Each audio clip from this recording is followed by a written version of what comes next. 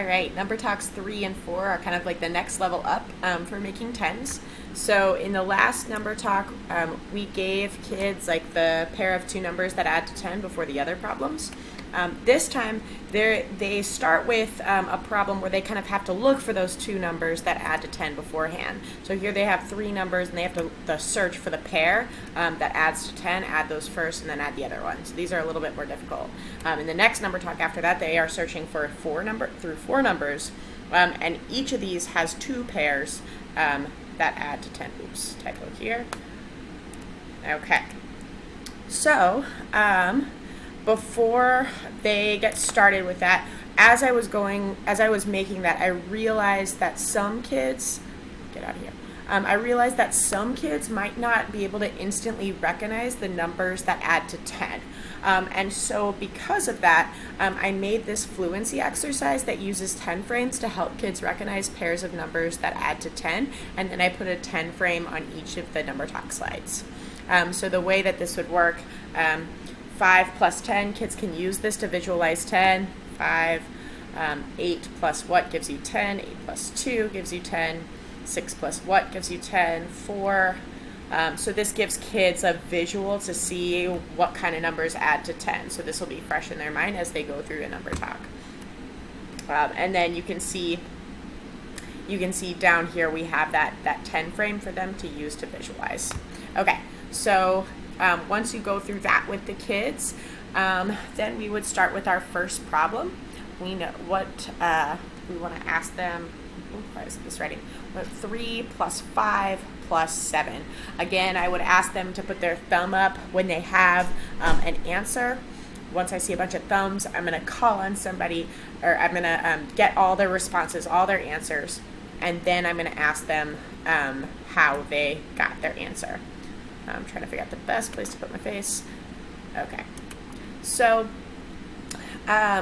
hopefully, a kid is going to pull out once again that they added 3 and 7. I'm going to write let's say I wrote their answers down. Let's say they got 10, they got 15, they got 13. I don't know, crazy answers. Now I'm going to call on a student to explain how they got their answer. So let's say I call on Jose. And Jose says that he added 3 and 7. And then he added 5 more. So I might ask him, why did you add 3 and 7? He'll say, because 3 and 7 make 10. And I'll ask him how he knows that 3 and 7 make 10. And then if he gives me, or if he's not sure how to start, I could ask him, did you think about it on the number line, or did you think about it on the 10 frame? And then he could say, like, I imagined 3 dots, and then 7 more would make 10, or something like that. And then he could say, I started at 3, and then I made a jump of 7, and then that got me to 10. So either one of those. So 3 plus 7 gives us 10, plus 5, and that gives us 15. I would record another student if someone did something different, and then maybe compare those two responses, like which one is better and why. And then kids hopefully will say that Jose's response is better because it's really easy to add numbers to 10. So I would do the same process with 6 and 5 and 4, and 2 and 9 and 8. For the next one, the only difference here is now they have 4 numbers to add from. So they could, now 2 strategies here are efficient. So students could add 4 plus 6 first, and then add 8 plus 2. Or students could add 8 plus 2 first, or 2 plus 8, or something like that, and then add 4 plus 6, or 6 plus 4. So those would be the 2 ways that they could make 10 with that one. Something to remember is if no one gives the strategy for making 10s at first, you can hyper emphasize. So let's remember what we did yesterday, how we made 10s.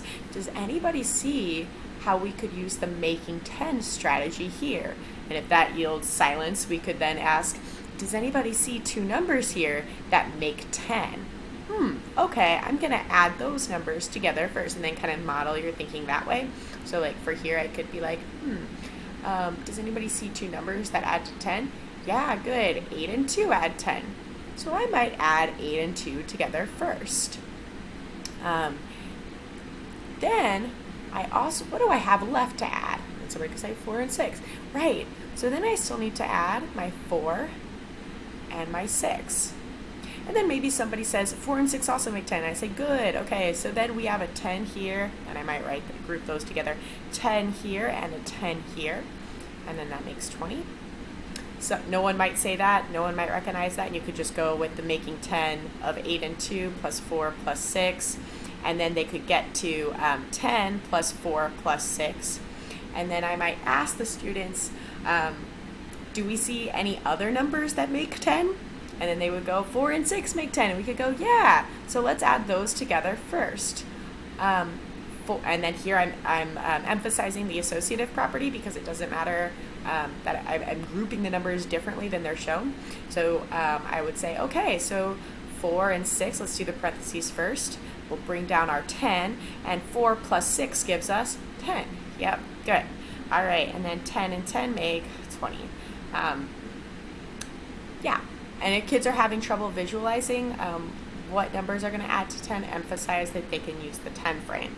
So I could see that if I have 1 dot, I would need 9 dots to make 10. Yeah, so that's all. And then last question, what did you learn about making tens?